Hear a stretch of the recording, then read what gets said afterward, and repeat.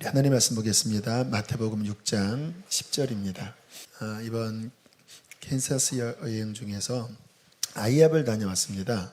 늘 이렇게 예배하더라고요. 찬양 앞에서 인도자가 찬양하고 또 어떤 시간에 이스라엘을 위한 기도도 하고 여러 가지 제목들을 이렇게 기도를 하고 저 뒤편에서 요만한 에어리어를 이렇게 만들어 놓고 거기 아이 한 2명과 또 청년 자매 한 2명이 자유롭게 월십을 하더라고. 이렇게 몸 찬양도 하고 이렇게 막 열정적이고 뜨거운 건 아니었는데 잔잔하게 하나님의 은혜가 계속 끊임없이 흐르는 그런 모습들을 봤고, 인상적이었던 것은 중보기도 할 때 조그만 아이들도 순서대로 나와서 성령께서 이끄시는 대로 기도하고 또 자리로 돌아가고 하는 모습 보면서 이렇게 끊임없이 하나님 앞에 예배하는 이러한 흐름이 우리 교회 안에도 계속 이어지면 좋겠다라는 마음이 들었습니다. 하나님께서 우리 수요 중보와 또 모든 예배 안에 그러한 기름 부으심이 더 충만하게 흐르게 되기를 축복합니다. 중요한 건 주의 나라가 임하는 것입니다. 말이 아니라 어떤 형식이 아니라 주의 나라가 임하는 것입니다. 그때 어둠은 떠나가고 주님의 아름다운 일들이 우리 안에 회복되어집니다. 오늘도 그러한 일을 하나님께서 이루심을 찬양합니다. 우리 마태복음 6장 10절 함께 읽겠습니다. 시작.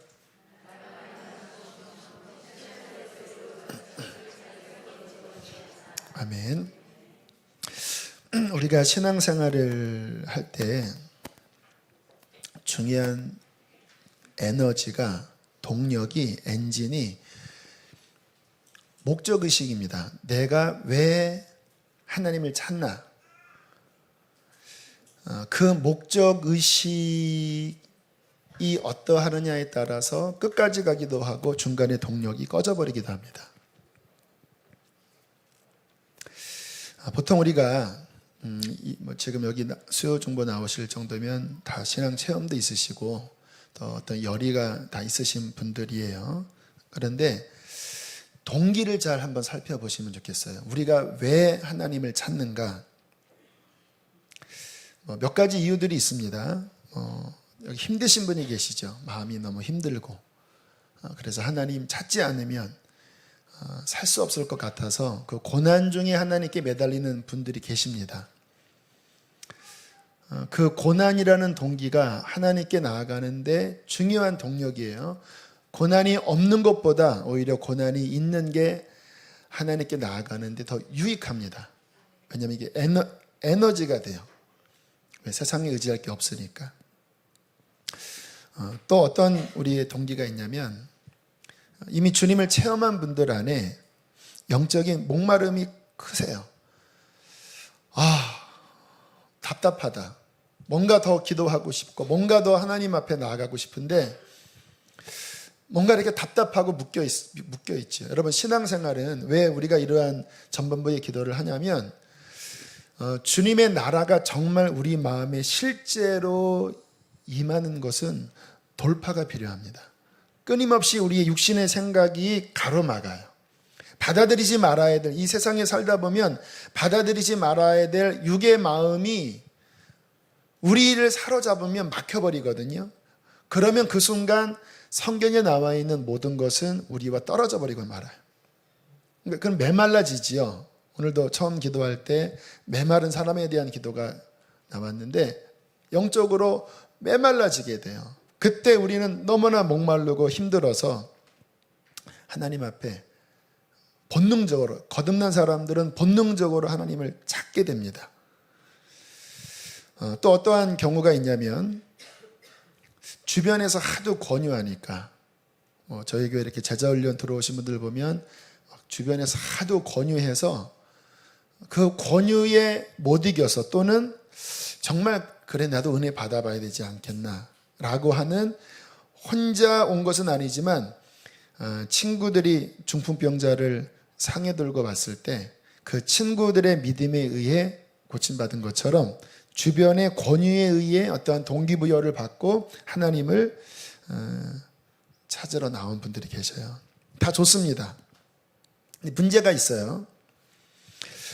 고난에 대한 동기로 하나님을 찾는 경우 해결이 돼요. 그러면 그 동력이 급격히 떨어집니다.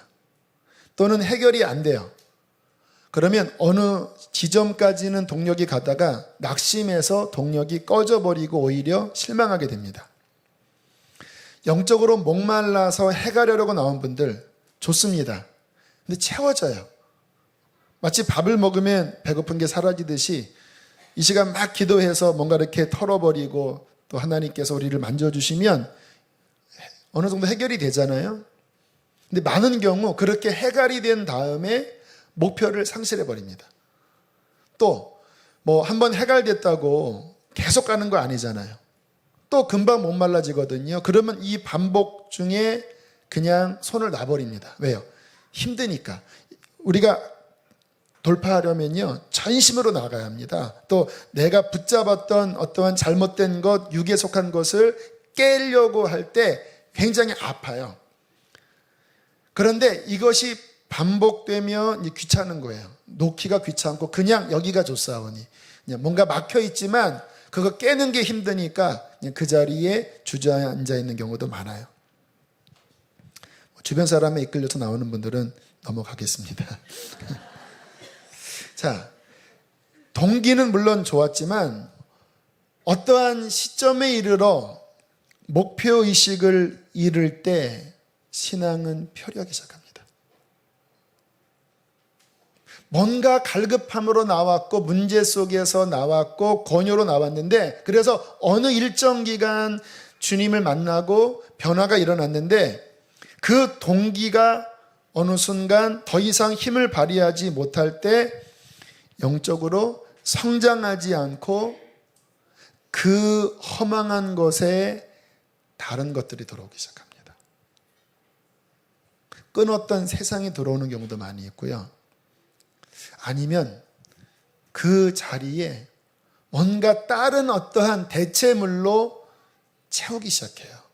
하나님은 아니에요. 거룩한 본질은 아닌데 뭐 다른 것들이 채워지면서 신앙은 어느 순간 멈춰버리는 일들이 얼마나 많은지 몰라요. 오늘 이 가운데 그러한 분들이 있다면 내 신앙이 더 이상 성장하지 않습니다. 내가 그때 막 갈급했을 때, 그때 막 어려웠을 때처럼 내 신앙이 성장하지 않습니다라고 하는 분들이 계시다면 무엇을 점검하셔야 되냐면 우리의 목적의식을 점검하셔야 합니다. 나는 무슨 동기, 내가 하나님을 섬기는 끝까지 갈 수 있는 그 동기는 무엇일까?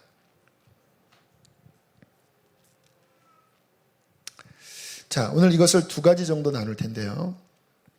우리가 어떠한 목적의식을 가져야 될까? 첫 번째, 예수님을 더 닮는 것이 우리의 목적이 되어져야 합니다. 주님과 더 가까워지는 것, 주님을 더 사랑하는 것, 이것이 구원의 목적입니다. 우리가 어떤 한 순간에 거듭남의 체험을 하지요. 어떤 성령의 세례를 받지요. 또 주님의 권능으로 어떤 문제가 해결되기도 하지요. 근데 그게 주님의 구원의 목적이 아니라는 거예요. 구원의 목적은 뭐냐면 그렇게 구원받은 이후에 우리의 세상에 속한 육의 성품을 벗겨내고 신의 성품에 참여하는 것입니다. 주님을 더 온전히 닮아가는 거예요. 그 속에서 주님과 더 가까워지는 것. 내 마음 전체가 주님만을 사랑하는 순결한 그릇, 순결한 신부가 되는 것이 구원의 목적입니다. 왜 이게 중요하냐면요. 여러분, 우리가 늘 경험하는 거예요. 아무리 은혜 받고 막 회개하고 해도요, 우리 마음은 굉장히 불안정한 상태에 여전히 놓여 있습니다. 뭐 복음학교 순회 선교단에서 그런 이야기를 해요. 주님 한 분만으로 나는 만족해. 그 찬양 아시죠? 근데 그 찬송을 지었던 박철순 형제인가 그럴 텐데 그 형제가 그 복음학교 와서 나의 복음을 간증을 할 때 나는 이 노래를 만들었지만 내 삶은 주님 한 분만으로 만족한 삶이 아니었습니다. 이런 고백을 한 것에 대한 이야기를 계속 하더라고요. 왜냐면 그게 우리의 모습이거든요. 막 우리가 겉으로, 저도 이 자리에서 이렇게 설교하지만 우리 마음 안에 아직 주님이 통치하지 않는 그러한 영역들이 얼마나 많아요. 육신적인 것들 남아있잖아요. 신앙은 뭐냐면요, 그런 것들을 점점 하나하나 벗겨내면서 주님이 다스리는 온전한 성결한 그릇으로 만들어 나가는 거예요. 주님 더 사랑하길 원합니다. 주님 더 닮길 원합니다. 주님 한 분으로 만족하길 원합니다. 주님과 더 친밀해지길 원합니다. 사도 바울이 뭐라고 고백합니까? 그 주님 한 분을 얻기 위하여 모든 것들을 배설물로 여기고 아직 이루었다 잡았다 여기지 않고 온몸을 앞으로 기울여 그 푯대를 향하여 그리스도를 얻는 그것을 향하여 부단하게 달려간다고 그렇게 고백하잖아요. 여러분, 우리 안에 신앙의 동력의 가장 강력한 엔진은 지금 말씀처럼 주님 한 분을 온전히 추구하는 동기예요. 이 마음이 우리 안에 불타올라야 합니다. 그래야 우리의 신앙은 끝까지 가요. 이 동기가 결여되어 있거나 이 동기가 없어져 버리면 반드시 중간에 다 탈락해버리고 맙니다. 왜요? 세상이 너무 좋거든요. 육신이 너무 달콤하거든요. 이 싸움은 제가 싸워보면 참 평생 싸움 같아요. 어떤 분이 그런 얘기를 하시더라고요. 죽을 병이 걸려서 모든 것을 다 끊고 이제 누가 이렇게 자신을 업고 산에다 갖다 놔서 그곳에서 굉장히 오랜 시간 기도하는 시간을 가졌는데 죄를 회개할 때 양파 껍질을 벗기는 것 같더래요. 이거 벗기면 또 나오고 벗기면 또 나오고 벗기면 또 나오고 끝에 가서는요 다 사라져버리는 거더래요. 그러니까 나라는 자아가 완전히 십자가에 깨어지기까지 하나님 앞에 나아가는, 여러분 평생 우리는 마음을 갈아엎어야 합니다. 평생 하나님 그분의 얼굴을 구하고 정말 하나님 한 분이 내 인생의 목적이 되도록 나아갈 때 우리는 온전하게 나아갈 수 있습니다. 제가 추구하는 신앙의 모델 가운데 하나가 로렌스 형제라고 그렇게 말씀을 드렸어요. 이분은 큰 활동을 한 분은 아닌데 평생의 소원이 마음을 다하여 하나님을 사랑하는 것이었고 자신에게 주어진 모든 삶의 영역을 오직 하나님을 사랑하는 마음으로 행하는 거였어요. 그래서 본인이 하기 싫은 어떠한 일이 주어질 때 그분은 기쁜 마음으로 그것을 순종했대요. 왜냐하면 하기 싫은 것을 하는 것은 하나님 사랑하는 의지이기 때문에 오히려 주님 내가 이 일을 하면서도 주님 사랑하겠습니다. 아무것도 할 일이 없을 때는 그냥 땅바닥에 무릎을 꿇고 고개를 숙이고 우리가 아까 드렸던 찬양처럼 주님을 경배하면 그러면 하나님의 말할 수 없는 임재하심이 로렌스 형제를 덮어서 정말 어쩌면 그 하나님의 임재가 그 삶에 그렇게 충만한지 일평생 하나님의 임재 속에 살았다라는 거예요. 저는 마음의 싸움을 싸워 나가면서 참 제 마음이 어려움을 느끼는 게 어느 순간 제 마음이 굳어 있어요. 하나님 앞에 내 마음을 다 드려지지 않는 시간들이 얼마나 많은지 몰라요. 그때마다 저는 로렌스 형제라 생각합니다.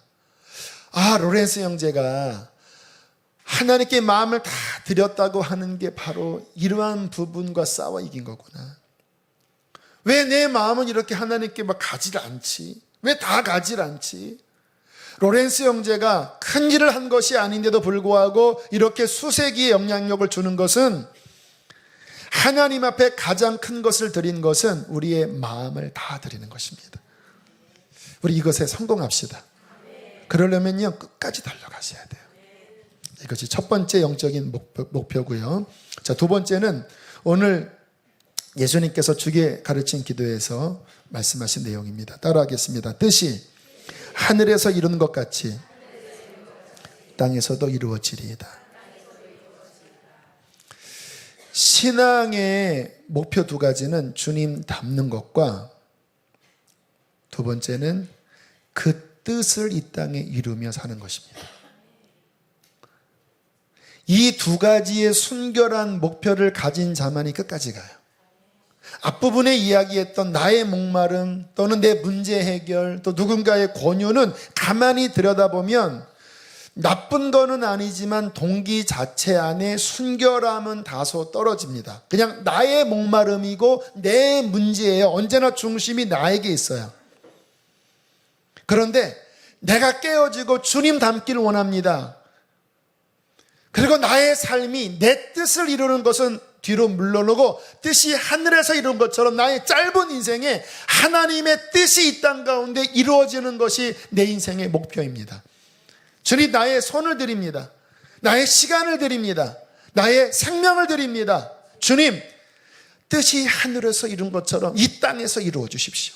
내가 처한 교회에서, 내가 처한 가정의 영역에서, 내가 처한 이 세상 안에서 내가 바라는 것은 내 문제 해결 이제 더 이상 신경 쓰지 않고, 나의 어떠한 야망 십자가에서 끝났고, 오직 주님 뜻이 하늘에서 이룬 것처럼 이 땅에서 이루어지게 해주십시오. 하나님의 마음으로 세상을 바라볼 때, 하나님의 마음으로 가정을 바라볼 때 하나님의 뜻이 아닌 수많은 영역들이 얼마나 많습니까? 교회를 봐서도 그래요. 저는 교회를 섬겨 나갈 때 제 안에 안타까움이 뭐냐면, 하나님께서 계획하신 그 온전한 교회인가? 혹시 교회가 병들어 있는 것이 아닌가? 하나님의 뜻에 위배된 어떠한 영역들이 있지 않나? 그러한 부분을 안타까워하면서 뜻이 하늘에서 이룬 것처럼 땅에서도 이루어지리이다. 이것이 이루어지기까지 가슴이 불이 타는, 예수님도 그러셨잖아요. 이것이 이루기까지 내 속이 불이 탄다. 불이 탄다. 그 하나님의 거룩한 동기가 우리 안에 열정으로 타오를 때 하나님은 그 영혼을 진짜 소성시켜 주십니다. 그 하나님의 순결한 불이 우리 안에 열정으로 타오를 때 우리의 삶의 문제도 하나님이 가져가십니다. 왜요? 먼저 그의 나라와 의를 구할 때 이 짜잘한 모든 것들은 주님이 더하시기도 하고 또 이게 큰 것들도 아니거든요. 중요한 것은 이 땅에 정말 그리스도 예수의 일을 구하는 그 동기를 품는 자가 많지 않다라는 거예요. 사도 바울이 그런 고백을 하지요. 저들이 다 자기의 일만 구하고 그리스도의 일은 구하지 않는도다.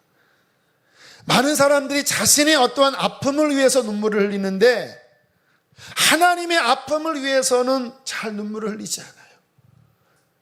자기 연민 때문에 아파하는데 하나님의 눈물을 품으려고 하는 자들이 많지 않아요. 그래서 신앙은 언제나 거기서 멈추고 신앙의 동력은 언제나 어느 순간 꺼지면서 우리의 삶의 열매가 잘 안 맺혀지는 것입니다. 우리의 마음을 새롭게 하십시다. 하나님, 주님을 닮기를 원합니다. 주님, 내 삶에 하나님의 뜻이 나의 짧은 인생 안에 하나님, 나의 의로서가 아니라 하나님의 생명으로서 열매 맺게 하여 주십시오. 주변에 잃어버린 영혼들 많이 있습니다. 하나님, 주님, 교회 안에 무너져 있는 영역들이 있습니다. 다음 세대들 보세요. 청소년들 쉽지 않습니다. 어린아이들 쉽지 않습니다. 그러한 모습 하나하나를 볼 때마다 하나님의 뜻과 떨어져 있는 그들의 현실, 이 땅의 현실을 아파하면서 그 주님의 마음을 품고 눈물을 흘리는 그곳에 진정한 회복이 일어날 것입니다. 언제까지 나만을 위해서 울겠습니까? 언제까지 내 신앙이 어떠한 부분에 연연하면서 그 수준 안에서 여전히 갇혀 있다가 그렇게 꺼져버리겠습니까? 우리 성경적인 믿음 안으로 들어갑시다. 주님, 닮게 해주십시오. 주님을 가장 사랑하게 해주십시오. 주님과 동행하게 하여 주십시오. 내 안에 예수님만 남게 해주십시오. 그리고 나의 인생의 목적이, 뜻이 하늘에서 이루어진 것과 같은 그 뜻이 나의 삶 안에 계신 예수님을 통하여, 그리스도의 영을 통하여 이 땅에 이루어지게 없어서, 이 땅에 이루어지게 없어서 그것을 위하여 나를 드립니다. 그에게 성령이 부어질 것이고 그에게 회복이 일어날 것이고 짧은 인생 마치고 주님 나라 갈 때에 그에게 면류관이 주어질 것입니다. 이게 가장 가치 있는 인생 아니겠습니까? 우리 함께 시간 기도합시다. 하나님 아버지, 오늘 말씀 기억하며 기도합니다. 나의 삶의 사명감을 회복하여 주십시오. 내 삶의 중심점이 하나님이 말씀하신 그 동력 안으로 바뀌어지길 원합니다.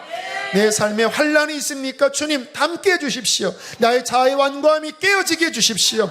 하나님 나의 삶에 꿈이 회복되길 원합니다. 내게 주신 사명감이 회복되길 원합니다. 그 일을 위하여 성령을 부어주시옵소서. 우리 주여 한번 부를 시간 5분 정도 기도하시겠습니다. 주여, 할렐루야. 살아계신 하나님 아버지 감사합니다.